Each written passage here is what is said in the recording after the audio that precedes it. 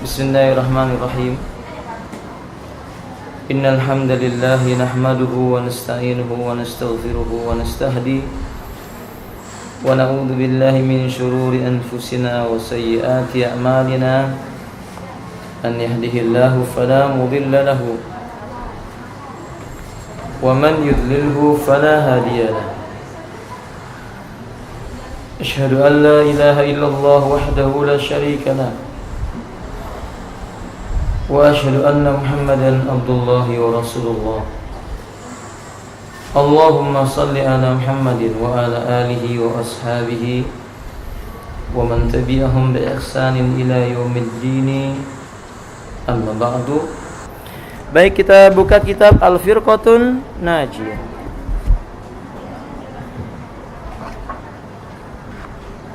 Sampai poin berapa, Umar? Minhajul Firqatin Najiyah. Jalan hidupnya golongan yang selamat. Poin yang berapa? Poin 4. Halaman berapa itu? 19. Ayo. Al-an al-khamis. Qala asy-syekh Muhammad al-Jamil Zainu, Muhammad ibnu Jamil Zainu rahimahullah ta'ala. Minhajul Firqatin Najiyah, di antara jalan hidupnya golongan yang ditolong oleh Allah. Al-khamis, al-khamisah, yang kelima. Al-Firqatun Najiyah yuhayyuna sunanar Rasul sallallahu alaihi wasallama fi ibadatihim wa sulukihim wa hayatihim. Mereka golongan yang selalu berusaha menghidupkan sunnahnya Nabi sallallahu alaihi wasallam. Jadi mereka hidup berdasarkan sunnah. Dari sisi apa? Ibadatihim. Cara mereka beribadah selalu meniru caranya Rasulullah. Itu ciri yang paling menonjol. Kalau beribadah selalu mencari gimana Nabi mencontohkan. Wasulukihim. Dan juga mereka menghidupkan Nabi SAW dalam berperilaku. Suluk itu artinya perilaku. Cara mereka berperilaku melihat bagaimana Nabi. Misalnya makan. Makan termasuk perilaku. Gimana Nabi ketika makan? Al-jawab biyamini, menggunakan tangan kanannya. Kemudian la yusrifu fi tu'matihi, tidak melampaui batas di dalam makanan. Kaum muslimin itu mestinya seperti Nabi. Kalau makan yang wajar. Nabi, beliau kalau makan membagi perutnya menjadi 3. Sepertiganya merupakan makanan, sepertiganya merupakan air, sepertiganya lagi udara atau angin. Maksudnya enggak sampai kekenyangan. Ternyata di bulan Ramadan masih ada yang berkata, aku ini ahlu sunnah, tapi sampai mau berdiri aja gak sanggup gara-gara apa? Kekenyangan ketika berbuka. Itu gak sunnah. Jadi jangan dikira bahwa yang namanya Firqatun Najiyah itu cuma penampilannya aja, jenggotan, celana cingkrang, gak begitu. Pribadinya harus seperti Nabi, berusaha. Kalau seperti Nabi mungkin berat, setidak-tidaknya berusaha mengikuti kepribadiannya Rasulullah SAW. Maka kalau orang ngaji, kalau manusia itu ngaji golongan ahlu sunnah wal jamaah, itu pasti orangnya lembut. Nggak mungkin orang yang belajar kajian ahlu sunnah jadi kasar. Itu mustahil. Sebab Rasulullah itu lelaki yang lemah lembut. Allah mengatakan, wa ma arsalnaka illa rahmatan lil alamin. Tidaklah kami mengutusmu hai Muhammad melainkan sebagai rahmat bagi seluruh makhluk alam semesta. Kalau ada orang belajar ngaji misalnya di Pondok Nadita jadi kasar, mungkin ini cara ngajinya salah. Karena kita belajar ahlus sunnah wal jamaah. Ahlus sunnah itu kata para ulama, anna ahlus sunnah hum aqwamun arfaq.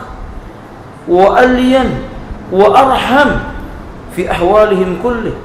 Ahlu sunnah itu seluruh keadaannya santun, lembut, kasih sayang. Gak ada ahlu sunnah yang kasar, itu gak ada itu. Kekasaran itu biasanya ada pada apa? Khawarij, golongan Khawarij. Makanya ketika ada orang tua yang mengadu kepada saya, Pak Abdurrahman, anak saya setelah ngaji kok makin gak sopan.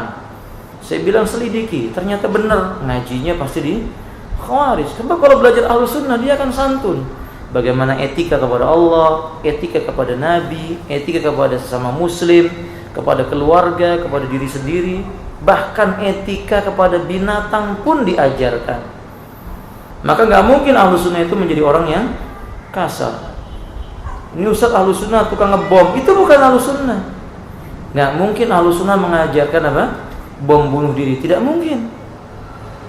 Wahayatihim, bahkan hidupnya golongan yang selamat itu berusaha mencocoki sunnahnya Nabi.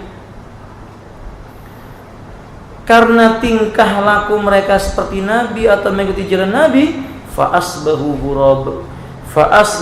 ghuraba baina qaumihim.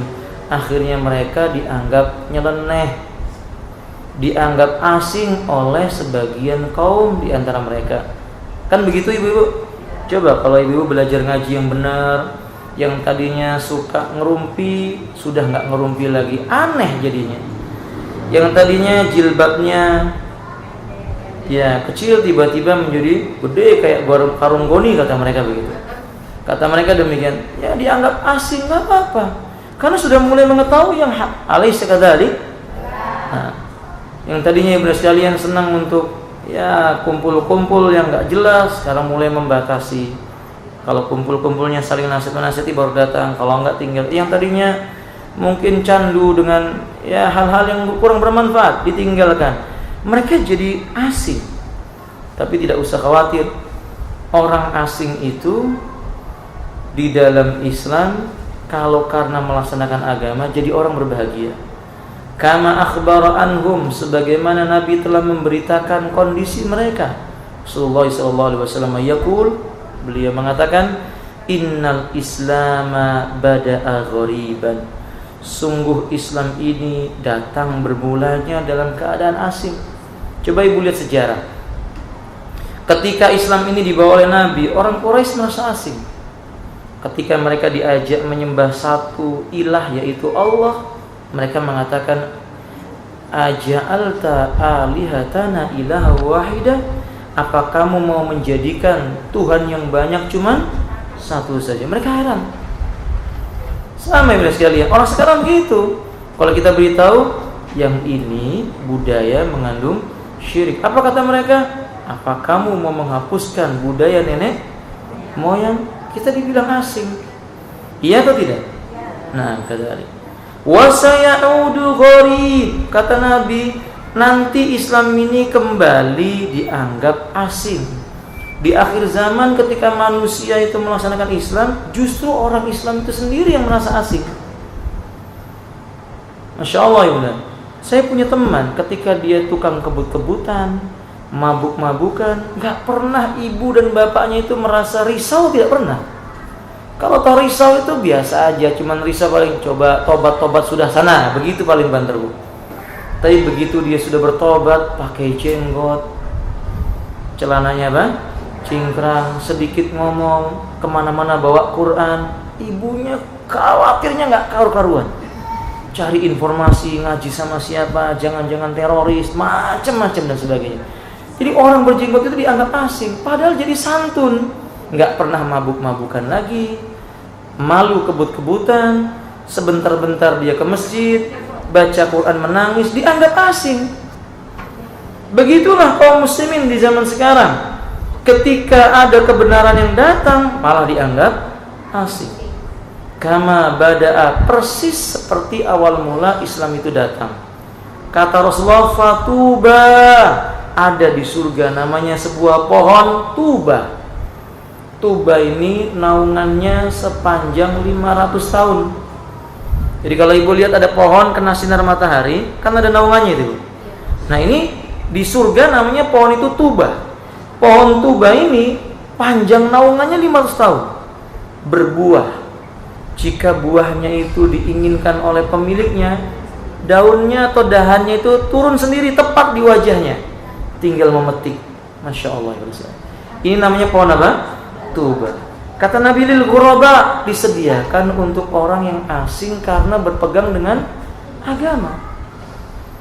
Dalam hadis yang sahih riwayat Muslim yang mengatakan satakunu fitnatun, akan terjadi fitnah di akhir zaman. Diulang 3 kali. Satakunu fitnah, satakunu fitnah, akan terjadi fitnah. Akan terjadi fitnah di akhir zaman. Di akhir zaman nanti akan terjadi fitnah. Al-mutamassiku bidinillahi kaqabidi al-jamari, sampai-sampai orang yang berpegang teguh dengan agama yang benar seperti orang yang menggenggam bara api. Berat. Pilihannya enggak ada. Maaf. Pilihannya dia harus genggam, tapi sakit. Kalau dipegang api, tangannya bagaimana? Terbakar. Kalau dilepaskan, berarti dia nggak beragama. Lihat pada orang di zaman kita ini, Bu. Mereka dalam beragama banyak yang ragu-ragu. Ketika memegang agama dengan setengah-setengah, terbakar tangannya. Dia merasa agama ini berat banget. Ketika dilepas, dia nggak kelihatan beragama lagi. Sahih? Benar ibu-ibu? Lalu bagaimana kondisinya kalau begitu? Api itu dicengkram. Ibu, kalau ada bara api dipegang kuat-kuat, apa yang terjadi? Apa yang terjadi, Ibu? Apinya padam. Saking kuatnya ibu pegang, apinya padam dan menempel terus di tangan ibu-ibu. Begitulah sunnah. Kalau kita melaksanakan sunnah, jangan setengah-setengah. Langsung kafah dengan sunnah, pedihnya sekalian, nanti jadi kebal. Lalu berakhir dengan apa? Nikmat. Melaksanakan sunnah itu awalnya berat, tapi akhirnya adalah lezat. Alaysa kadzalik? Coba lihat ibu-ibu yang dulu misalnya jilbabnya masih kecil, lalu sudah pakai jilbab gede, diejek sana, diejek sini, ternyata bisa melewati masa itu. Lezat tidak? Nikmat tidak, ibu? Itu iman. Begitu ahlus sunnah. Mereka senantiasa menghidupkan dirinya, menghias dirinya dengan sunnah, walaupun dianggap oleh orang lain sebagai golongan yang asing. Fatuba lil ghuraba, sungguh bahagia orang-orang yang dianggap asing. Di hadis yang lainnya yang mengatakan fatuba lil ghuraba, bahagialah orang-orang yang asing itu. Qila man humul ghuraba, Nabi ditanya, siapa orang yang asing itu ya Rasulullah? Qal alladzina yasluhuna idza fasadan nas, manusia yang tetap senantiasa memperbaiki diri dan memperbaiki yang ada di sekitarnya di saat manusia yang lainnya dalam kondisi rusak. Orang berbuat ini, orang berbuat ini, begitu, begini, dia tetap berpegang dengan sunnah. Ini penting, Ibu. Karena kita akan menjumpai suatu masa manusia mulai berguguran. Awalnya rajin ngaji, bagaimana hidayah itu dicabut, sebagaimana yang saya sebutkan kepada ibunda sekalian di pertemuan kemarin. Bagaimana hidayah itu dicabut, ada orang yang rajin taklim, rajin belajar, dapat ujian sedikit, nggak muncul lagi pengajian. Lama-kelamaan terbiasa nggak ngaji. Lama-kelamaan kalau ngaji nggak nyaman. Lama-kelamaan benci dengan pengajian. Kalau sudah seperti itu, naudzubillah, lebih sulit dibandingkan orang nggak pernah ngaji sama sekali. Orang kalau nggak pernah ngaji, hatinya cinta, rindu dengan kebenaran, bisa diberitahu kebenaran, dia sembuh penyakitnya. Tapi kalau orang sudah pernah tahu kebenaran, kemudian dia, naudzubillah, disesatkan oleh Allah, diberi nasihat, bebal jadinya. Dia jadi bebal, malah makin benci. Naudzubillah. Nah makanya kaum muslimin, kaum muslimah, setelah Allah memberikan kepada kita hidayah berpegang dengan Al-Quran dan Sunnah ini, manhaj firqatun najiyah, golongan yang selamat ini jangan disia-siakan. Betul-betul dipelihara dengan baik, dijaga. Jangan remehkan sesuatu yang bisa tercabut hidayah itu dari dirinya. Fahimtunna? Nah, karena mendapatkan hidayah seperti ini berat, nggak gampang. Banyak manusia yang masuk Islam tapi dapat hidayah untuk bisa mengenal sunnah itu sedikit. Kalau diberitahu tentang sunnah, kata mereka jangan, itu sesat, kan begitu. Jangan ngaji di pondok Nadita. Di Pondok Nadidah kajian sesat. Kenapa kajian sesat? Itu Quran hadis tok murni lagi kata dia. Harusnya kan orang itu kalau pilih pasti yang asli, ini enggak boleh. Ibu kalau beli barang aja pasti cari yang asli. Ini enggak, kata di tempat kita aja yang abangan. Allahu Akbar. Macam-macam cobaannya. Kalau kita dengerin semua omongannya, enggak ngaji akhirnya. Enggak akan belajar. Harusnya kita belajar. Tinggalkan perkataan mereka, tidak usah pedulikan. Kita ingin selamat. Kan kita belajar agama untuk kita. Kemudian untuk siapa? Keluarga kita. Kemudian orang lain kalau mau alhamdulillah, enggak mau ya sudah. Laha maka sabat, laha maka sabat, walakum maka sabtu. Bagi mereka apa yang telah mereka lakukan, mereka pertanggungjawabkan di hadapan Allah. Bagi kita apa yang kita lakukan akan kita pertanggungjawabkan di hadapan Allah Subhanahu wa taala. Sadisan, keenam, al-firqatun najiyah la tata'assub illa li kalamillah. Golongan yang selamat itu tidak punya sifat asobiyah. Apa asobiyah itu, Ibu? Asobiyah itu apa, Bu? Di buku Anda itu loh ada. Apa asobiyah itu, Bu? Fanatik terhadap golongan tertentu. Itu namanya asobiyah. Mereka tidak kenal asobiyah. Illa li kalamillah wa kalami rasul, kecuali terhadap ucapannya Allah dan ucapannya Rasulullah. Ini nasihat buat ibu-ibu. Enggak boleh ibu asobiyah, misalnya mau ngaji kalau yang ngajar Pak Abdurrahman saja, itu asobiyah namanya. Kalau enggak Pak Abdurrahman enggak mau ngaji, itu asobiyah. Itu bukan firqatun najiyah.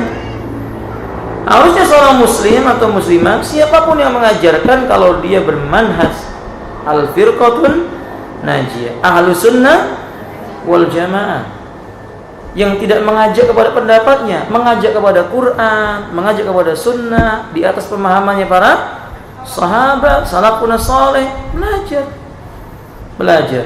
Dan sebagian ustaz berkata kepada ustaz, Masya Allah, kalau saya ngajar 2 orang yang datang, kalau fulan yang ngajar 100 orang, kita kata ini asobiyah, nggak boleh. Demikian pula sebaliknya, yang mengajar juga nggak boleh berputus asa. Walaupun yang datang cuma berapa? 1 orang, lainnya jin, nggak apa-apa. Belajar menyampaikan agama itu kalau seandainya 1 orang lainnya jin, nggak apa-apa. Syekhul Islam itu, Ibu, pernah berdakwah yang didakwai semua jin. Dia diculik sama jin, suruh mendakwai apa? Bangsa jin. Didakwai. Kok bisa ngelihat jin? Wallahu a'lam, bisa diculik sama jin. Kan jin bisa menampakkan apa? Jin menampakkan diri dalam rupa yang tidak asli. Nah, makanya beda sekalian, ahlus sunnah itu begitu, nggak peduli yang datang 1, 2, tetap sampaikan kebenaran. Makanya dalam keyakinan ahlus sunnah itu, ada di antara para nabi yang masuk surga nggak ada pengikutnya. Bukan tidak berdakwah, sudah dakwah ditolak, nggak apa-apa dia masuk surga. Berhasil nggak dakwahnya? Nabi masuk surga nggak ada pengikutnya, berhasil nggak dakwahnya? Saya tanya ibu-ibu, dakwanya gagal atau berhasil? Hah? Gak ada pengikutnya loh, Bu. Ini Nabi, Bu, dia dakwah, sudah dakwah, pengikutnya gak ada. Gak ada yang mau ikut dengan dia. Berhasil atau enggak? Gak ada pengikutnya. Berhasil tidak? Dari mana sisi keberhasilannya? Nah, sampainya kebenaran kepada manusia. Jadi dakwah berhasil dan tidak itu bukan dari jumlah orang. Orang mau nerima atau enggak nerima, yang penting kebenaran sudah disampaikan, sukses sudah dakwah itu. Makanya Ahlussunnah wal Jamaah itu enggak memperhatikan kuantitas, tetapi sampainya dakwah kepada manusia dengan kualitas, itu yang disebut dengan berhasil. Paham tuh? Nah, seperti guru kami dan gurunya Ustaz Nur Qamari, dikit muridnya, enggak banyak, Ibu. Awal-awal pengajian kami belajar dengan Ustaz Rahmat rahimahullah ta'ala, muridnya cuma 6, tambah lagi 8, tambah lagi 15, enggak nambah-nambah. 3 tahun kemudian baru ratusan. Dakwah itu begitu.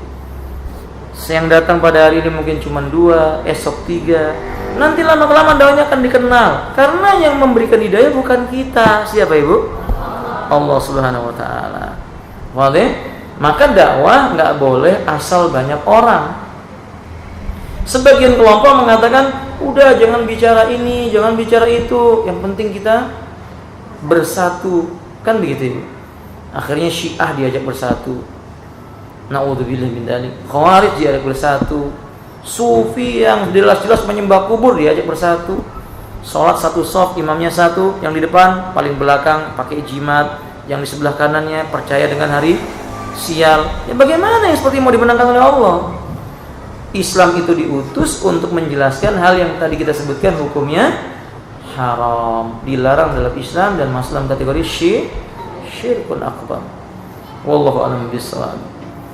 Nah, Ahlussunnah tidak ta'assub, tidak fanatik kecuali li kalamillah. Fanatiknya cuman kepada kalamullah wa kalami rasulihil ma'sum, ucapannya Rasulullah yang maksum. Tidak mungkin Rasul keliru dalam ucapannya.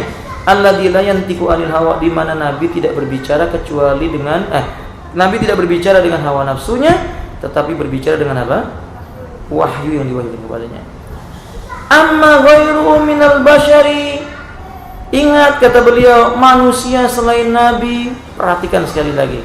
Amma ghairuhu minal bashar, selain dari Nabi, dari kalangan manusia, siapapun dia, mau derajatnya Habib atau derajatnya bukan Habib, mau derajatnya kiai atau santri, mau derajatnya ustaz, dai atau mad'u, enggak peduli, pokoknya selain Nabi, kata beliau, illat rutbatuhu faqad yukhti'u li qawli sallallahu faqad yukhti, enggak mungkin dia benar terus, nggak mungkin. Pasti dia mengalami kekeliruan. Siapapun itu Ibu sekalian, nggak peduli. Imam Syafi'i pun pernah keliru. Itu Imam Syafi'i, Imam Ahmad, Imam Malik, Abu Hanifah, Al-Auza'i, Ats-Tsauri, Ibnu Hazm, Daud Ad-Dhairi, dan yang lainnya, para ulama yang lain, semua pernah salah. Buku-buku mereka ada kesalahannya. Imam Bukhari juga memiliki beberapa riwayat yang dhaif, kecuali kitab Sahih Bukhari. Imam Muslim pun demikian. Imam Abu Dawud, Imam Tirmidzi, karena mereka manusia. Nabi mengatakan, kullu bani Adam khata' wa khairul khata'in tawwabun. Setiap anak Adam itu khata'. Apa khata' itu, Ibu? Sering berbuat salah. Bukan pernah salah, tapi sering salah. Ibu-ibu kan demikian, ya Ibu. Salah dengan suaminya hari ini, tobat, maafkan saya. Saya maafkan istriku, misalnya begitu. Baru mengucapkan begitu, 5 jam kemudian salah lagi, minta maaf lagi. Mau tidur salah lagi, minta maaf lagi, kan begitu. Bangun tidur salah lagi, kan begitu. Maka namanya khata', sering melakukan kesalahan. Itu manusia. Nah, kalau manusia itu fanatik kepada ucapan seseorang yang bukan Nabi, keliru. Nggak boleh fanatik dengan ucapannya Habib, kiai, ustadz, dai, tidak boleh. Habib siapapun itu, dia manusia. Fahim tuh? Nah, karena sebagian orang mungkin berpendapat kalau Habib atau kiai atau ustadz sudah mutlak kayak Nabi, nggak boleh salah. Atau kalau dikritik marah mereka. Seharusnya tidak. Kita kalau dikritik bersyukur. Ibu-ibu yang ngaji dan kajian Ahlussunnah, saya nasihat, kalau ada orang ngeritik kita, kita syukur. Oh, itu kamu ngaji Ahlussunnah itu apa? Nggak pernah bicara politik, misalnya begitu. Diterima, oh kritik yang bagus. Dia belum tahu aja. Coba dia datang ke majelis kita, pasti dia tahu bahwa kita bicara politik, tetapi sesuai dengan apa? Tuntunan Quran dan bukan politik ala jahiliyah atau syaitaniyah. Nah, kadalik. Alaysa kadalik? Nah, demikian. Jadi enggak boleh asabiyah kepada ucapan-ucapan yang tertentu.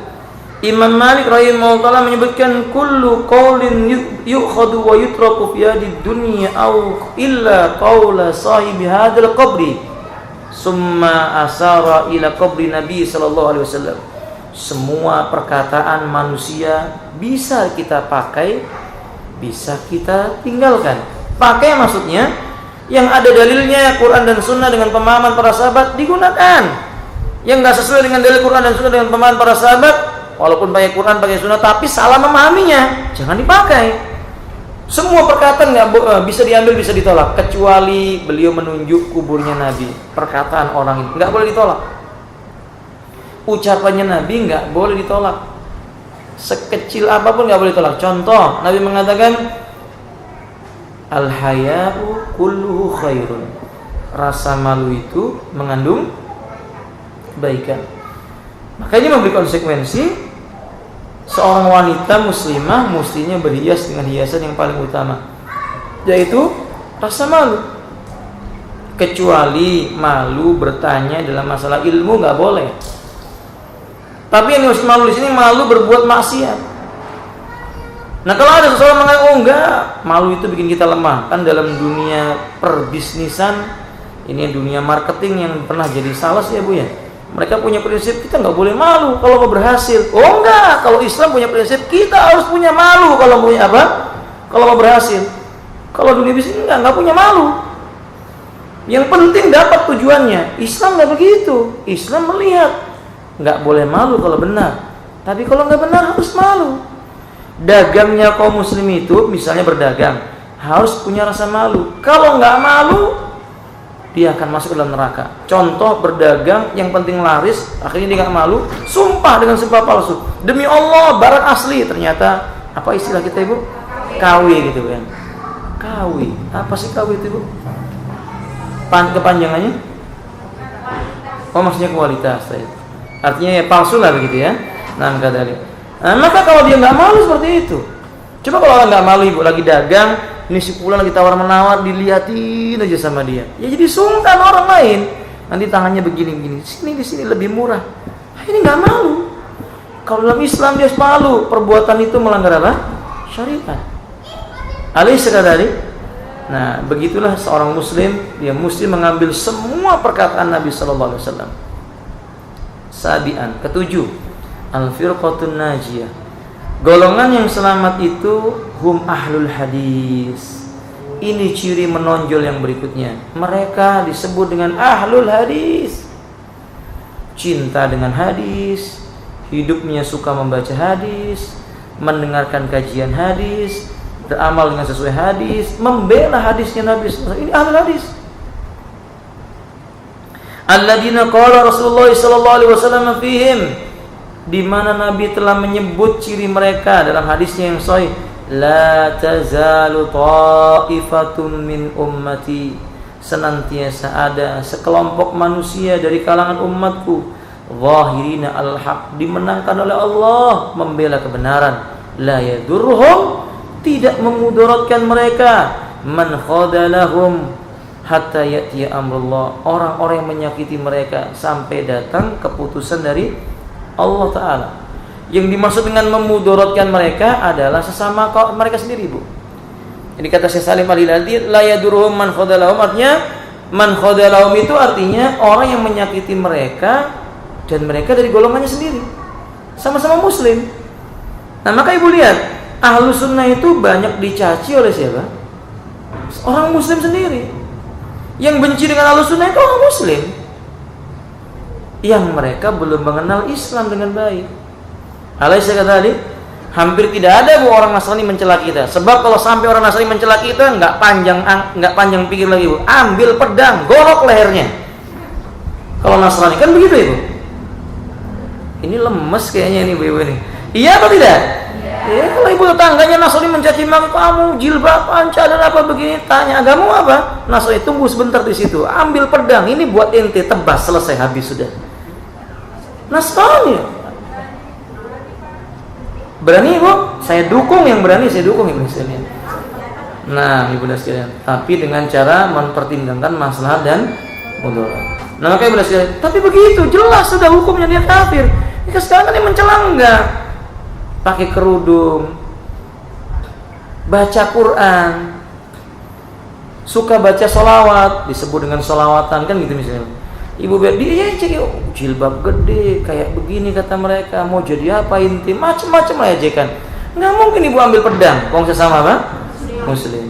Nah maka sabar.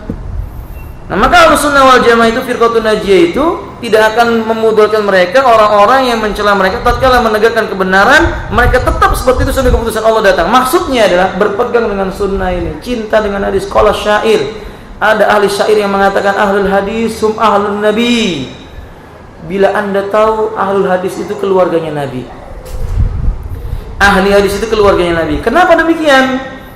Kata penyair tersebut, wa illam yashabu nafsahu anfasuhu sahibu. Walaupun jasadnya tidak bersama Nabi, nafasnya senantiasa bersama dengan nafasnya Nabi. Nafasnya ahli hadis itu bersama dengan nafasnya Nabi. Tahu nggak maksudnya itu? Iya, ahli hadis itu kan membaca hadisnya Nabi. Qala Rasulullah, ucapannya siapa yang dibaca? Man amila amalan laisa ali amruna fahuwa. Mulutnya itu membaca ucapannya Nabi. Jadi yang keluar dari mulutnya dia itu mulut yang keluar dari apa yang pernah keluar dari Nabi sallallahu alaihi wasallam. Nafasnya bersama dengan kemuliaannya tinggi. Maka menjadi ahlul hadis itu cita-cita ibu. Ibu harus menjadi ahlul hadis dalam tingkatan yang mungkin saya tidak bisa tinggi, ya setidak-tidaknya tingkatan yang mencintai hadis. Minimal ya ibu baca kitab Sahih Bukhari. Punya ibu? Alhamdulillah. Sudah selesai membacanya? Sudah selesai. Nih, diulang lagi bu. Baca Bukhari itu dari awal selesai, diulang lagi. Di Madinah itu ada kajian Arba'in Nawawi. Selesai Arba'in Nawawi, diulang lagi dari awal sampai 5 kali. Muridnya ya itu aja, diulang lagi supaya memang paham tentang maknanya dengan benar. Kadang kita membaca hadis itu 10 kali baru paham. Kan begitu ibu? Ya kalau kita sudah tua begini mungkin 100 kali lah gitu ya. Tapi nggak apa-apa dibaca, faedah. Nah, kadalik. Kalau misalnya Bukhari terlalu tebal, Sahih Muslim punya ibu. Kalau ini misalnya Sahih Muslim terlalu tebal ya Imam Abu Dawud, Tirmidzi, Nasai. Kumpulkan kitab-kitab hadis. Paling tidak kitab Sahih Bukhari, kitab kumpulan hukum fikih yang dinukil dari Sahih Bukhari dan Muslim, minimal itu, atau minimal Arba'in An-Nawawi. Harus punya kitab hadis. Jangan sampai ibu-ibu di rumah punya kitab seri memasak dari alif sampai iya begitu, tapi kitab hadis nggak punya. Musibah ini. Harus punya kitab hadis, harus punya kitab fikih dan semisalnya. Dan dikatakan oleh beliau di sini, wallahu taala a'lamu bissawab. Yang kedelapan, saminan al-firqatun najiyah. Golongan yang selamat itu takhtarimul a'immatal mujtahidin, menghormati para imam mujtahid. Jangan mengecilkan mereka, jangan meremehkan. Firqatun najiyah itu bukan orang yang mengangkat dirinya mujtahid, bukan aku mujtahid, bukan. Ijtihad itu ada alatnya, setidaknya hafal Quran dengan tafsirnya, lalu ngerti bahasa Arab, kemudian hafal setidaknya 1000 hadis, sahih maupun dhaif. 1000 hadis itu minimal itu. Ngerti tentang riwayah, dirayah, usul fikih, usul hadis, baru dia menjadi seorang mujtahid. Kita kan kadang-kadang enggak. Bahasa Arab baru huwa humahu, anta antuma antum. Ketika ditanya bagaimana menurut pendapat saya mengatakan tidak boleh. Kata saya nggak boleh begini, nggak boleh. Nah makanya sekarang kita harus menghormati ucapan para imam mujtahid. Wala ta'assabu liwahidin minhum, jangan ta'assub kepada mazhab-mazhab tertentu di antara mereka. Bal ta'khudil fiqha minal Qur'ani wal ahadits sahihah. Sesungguhnya firqatun najiyah hanya mengambil fikih dari Quran dan hadis yang sahih. Kalau ternyata ucapan para ulama itu mendukung apa yang terdapat pada Quran dan Sunnah, itu yang diambil. Jadi misalnya ulama berpendapat tentang suatu hukum, wanita yang hamil, menyusui, boleh tidak berpuasa dan cukup membayar fidyah. Apakah ada dalilnya? Ada. Walal ladzina yutiquna fidyatun ta'amu miskin. Ya diambil perkataannya karena ada apa? Hadisnya dan benar pemahamannya. Kalau ada ulama mengatakan wanita boleh dinikahi tanpa wali, gadis maupun janda kalau sama-sama suka boleh, walinya siapa saja yang mau jadi walinya, bukan orang tuanya. Dilihat ada hadisnya enggak ada. Oh, berarti bertentangan dengan riwayat ayu memra'atin nakar nafsa bi ghairi walin fa nikahu batil. Wanita manapun yang menikahkan dirinya tanpa wali, nikahnya batal. Maka ditinggalkan walaupun itu ucapannya Abu Hanifah, walaupun ucapannya Imam Abu Hanifah sekalipun. Kita enggak boleh fanatik dengannya. Fahimtun? Nah, kadzalik. Wa min aqwalim jami'an idza wafaqal hadits sahih. Dan kita menghormati pendapat-pendapat para imam kalau pendapatnya mencocoki hadis yang sahih. Wa ada muwafiqul kalamihim, karena itu sesuai dengan ucapan mereka kepada murid-muridnya. Contohnya Imam Syafi'i mengatakan, la yahillu man istabana lahu sunnata Rasulillah sallallahu alaihi wasallam ay ya'khudha qawla rajulin. Tidak pantas bagi seseorang yang mengetahui ada hadis yang sahih lalu dia memilih pendapat si A yang berbeda dengan hadis tersebut. Enggak boleh. Bahkan Imam Syafi'i sendiri mengatakan, bila engkau melihat catatan atau kitabku menyimpang dari sunnah Nabi, ketahuilah hadis yang sahih adalah mazhabku. Idza ra'aita ma yukhalifu min kitab fi kitabi syai'an an Nabi sallallahu alaihi wasallam fa'lam anna madhhabi anna hadisan sahihan huwa madhhabi. Kalau kamu melihat pendapatku, tulisanku menyimpang dari hadis yang sahih, ketahuilah hadis sahih itu mazhabku. Artinya tinggalkan perkataanku, kembali kepada hadis yang sahih. Fahim tuh? Dan masih banyak lagi ucapan-ucapan para ulama seperti itu.